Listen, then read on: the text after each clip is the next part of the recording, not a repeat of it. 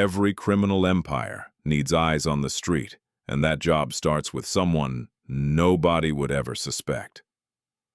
You're 14 years old, sitting on an overturned crate outside a corner shop in a small town in northern Mexico. You've got a cheap phone, a bottle of soda, and a single responsibility: watch the highway. If army trucks roll past, you send a message with a code word for bird. If you spot dark SUVs with tinted windows, you send the word for snake. That's a warning that an enemy crew might be moving through. For this, you're paid $60 a week, handed to you in cash, no explanations given or asked for. The older men in the organization don't speak to you. You're not a person to them yet. You're a piece of equipment, but you're watching everything, and slowly you start to understand how the whole machine works. The local police roll by on patrol twice a day, and every time they give a small wave to the men standing near the shop. They're being paid too.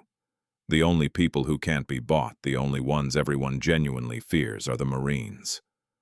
Then one afternoon, a convoy comes through and you're distracted. Maybe you're scrolling on your phone, maybe you just looked away for a second, and you miss it completely. You don't send the warning. Less than a minute later, your phone is buzzing, non-stop. Where were you? Were you sleeping? A man you've never spoken to walks up, doesn't raise his voice, doesn't even raise an eyebrow. He just stares at you for a long moment and says quietly that next time they won't bother finding your body. You understand. You never make that mistake again. Stage 2, the driver. 4 years pass. You're 18 now, hanging around a gas station when a man you vaguely recognize walks up and asks if you know how to drive a truck. Of course you do. He tells you to be at a warehouse on the edge of town at 5 the next morning. You show up and find a massive cargo truck loaded with crates of oranges, thousands of them, stacked floor to ceiling. What you don't see, what's hidden beneath the fruit in compartments welded into the floor of the trailer, is nearly half a ton of crystal meth. Your route is a 10-hour drive across 2 state lines, through at least 3 checkpoints. If you're stopped and they find it, you're looking at 25 years in a federal prison. If you make it through clean, you're getting paid $3,500 for one trip. You drive. Every set of headlights behind you makes your chest tighten. Every checkpoint feels like it lasts an hour. But you make it. You pull into a quiet lot on the other side, and a man you've never met before hands you an envelope thicker than anything you've ever held in your life.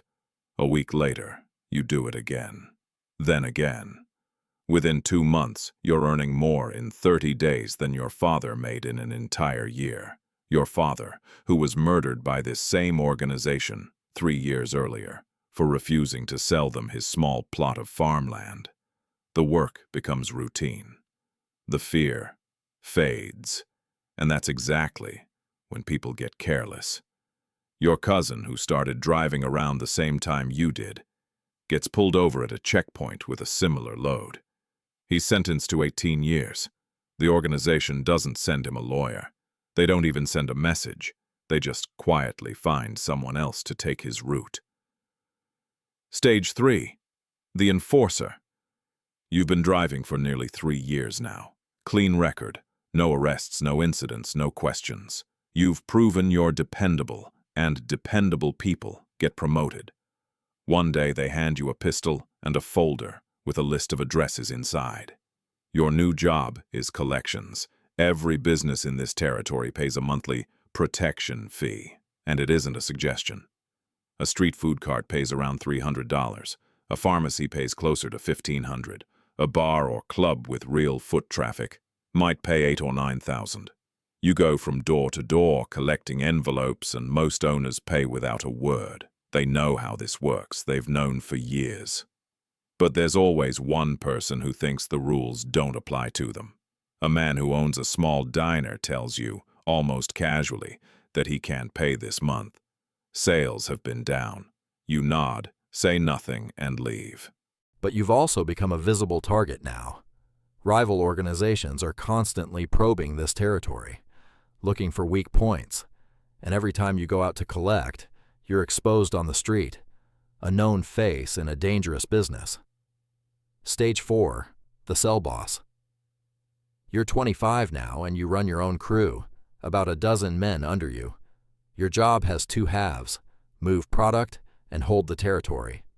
Every month, the organization supplies your cell with roughly 80 kilos of cocaine. You break it down into smaller quantities and sell to local distributors, then send a cut of the profits up the chain.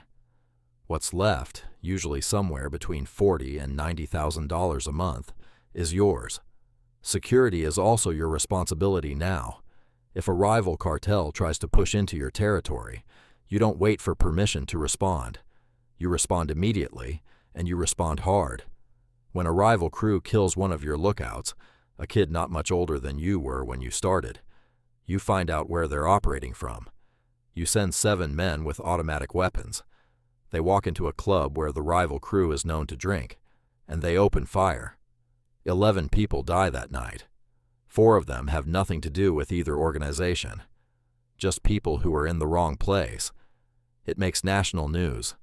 The governor promises a full investigation. Nothing happens, because the governor is on the payroll too. By now you're living comfortably. A house with a pool. A girlfriend who genuinely believes you run an import-export business. You have respect in the neighborhood, real influence. But you're also drowning in chaos most days. Your men are young, reckless, and getting high on the product they're supposed to be selling. They start fights in public. They draw attention the organization doesn't want. You're constantly having to discipline them. Sometimes that means a beatdown. Sometimes it means something far more permanent. And above you, the regional boss never stops pushing for more. More product moved, more money sent up, more territory held. If the numbers drop, you get replaced. And in this business, replaced rarely means you get to walk away. Stage 5. The regional boss. Now you control an entire city, maybe a mid-sized industrial hub, maybe a coastal port town. You have 4 or 5 cell bosses reporting directly to you, and you oversee supply lines, distribution networks, and all the violence required to protect both. Your meetings happen in safe houses that change location every single week. You travel in armored vehicles with a security detail.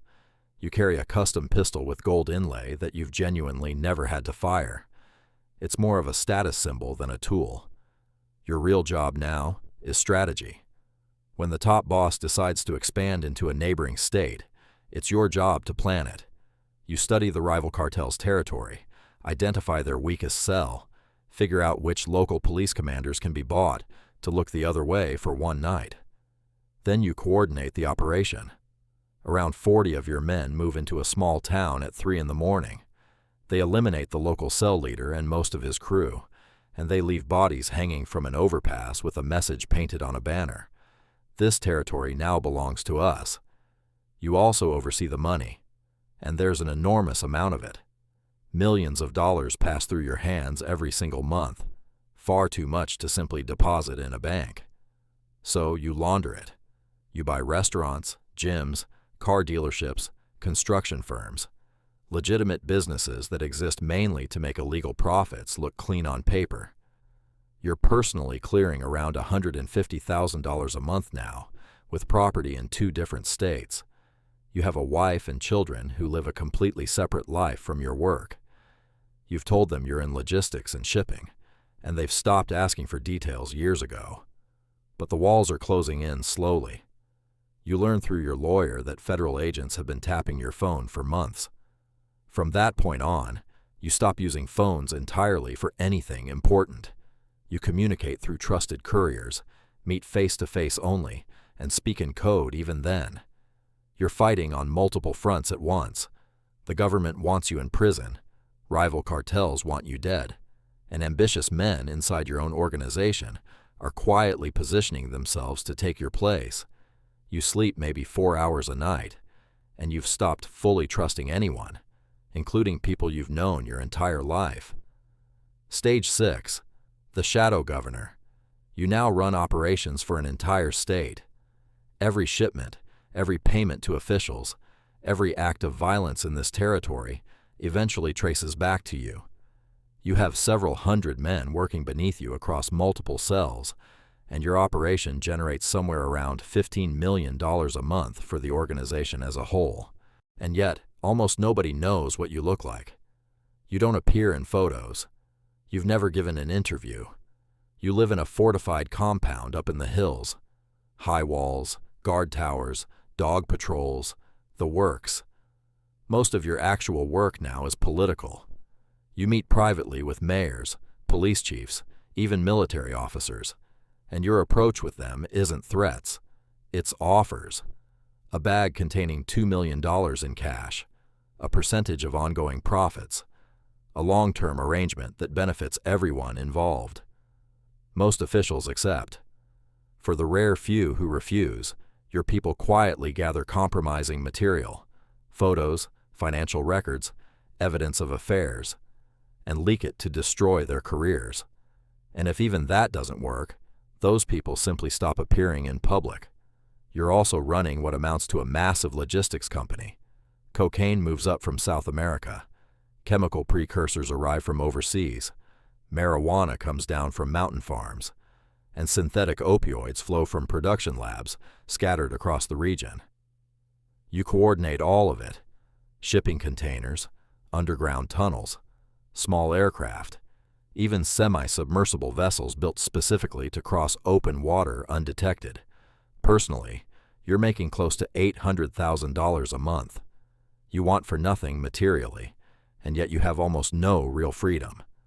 You can't attend your daughter's school events. It's too dangerous, too predictable.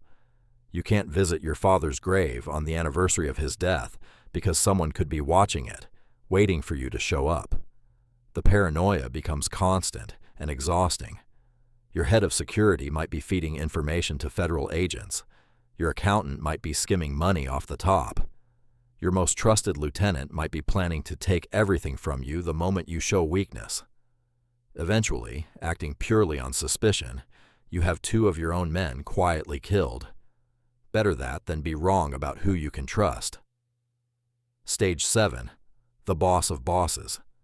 You built all of this, or maybe you inherited it, from a father, an uncle, a mentor who didn't survive long enough to see how big it would become. Either way, the entire organization answers to you now. Your network moves close to 90 tons of product a year, with active cells operating in over a dozen countries. You have elected officials in multiple states quietly working for you. Your personal net worth is somewhere north of $2 billion, and your face is on wanted posters from one side of the continent to the other. There's an 8-figure reward for information leading to your capture. Elite military units exist almost entirely to hunt you down. You move between safe houses every few days, never staying anywhere long enough to be tracked. All communication happens through encrypted messages that auto-delete the moment they're read. You've had your face surgically altered twice. Your own children would struggle to recognize you on the street. Occasionally, you meet with the leaders of other major organizations, and together you carve up the country like it's a business merger. This region is yours. That one is theirs. Everyone profits. Everyone stays alive. For a while, it works. Then someone gets greedy. An agreement breaks and full-scale war erupts. Entire towns become battlegrounds. Hundreds die within weeks. And you can never simply walk away from any of it. If you tried to retire, your own people would have you killed within days. You know far too much about everyone involved to be allowed to live quietly. You are, by any measure, one of the most powerful criminals on the planet. You are also one of the most hunted human beings alive. Stage 8. The box. They finally got you. Maybe it was an informant. Maybe it was a raid that went wrong. Either way, you're now in a maximum security federal prison, in a cell with no windows, 23 hours a day in total isolation. Concrete on every side, a steel door, artificial light around the clock. You will die in this building. There's no bribe large enough, no army loyal enough to ever get you out. Down the hallway, in an identical cell, is another man whose name was once just as feared as yours. someone who also thought he was untouchable. You had an empire that spanned continents. Now you have 4 bare walls and decades of silence to think about every life that was destroyed to build what you built. Stage 9, the next one. But the organization doesn't die with you. It never does. A nephew steps in, or a son, or whichever lieutenant survives the power struggle that follows. Someone always steps up, because the money is too good and the system is already built. The shipments continue. The payments to officials continue. The bodies keep showing up in the news, and then the news moves on. You were once the most powerful man in the region. Now you're a story, a name parents use as a warning, a cautionary tale about what happens when greed convinces you that you're invincible. And somewhere out there right now, there's another 14-year-old sitting outside a corner store with a cheap phone, watching the road, waiting for his chance to move up. This isn't a street gang, it's a corporation, a multi-billion-dollar enterprise built on fear, corruption, and blood. And it's still running today,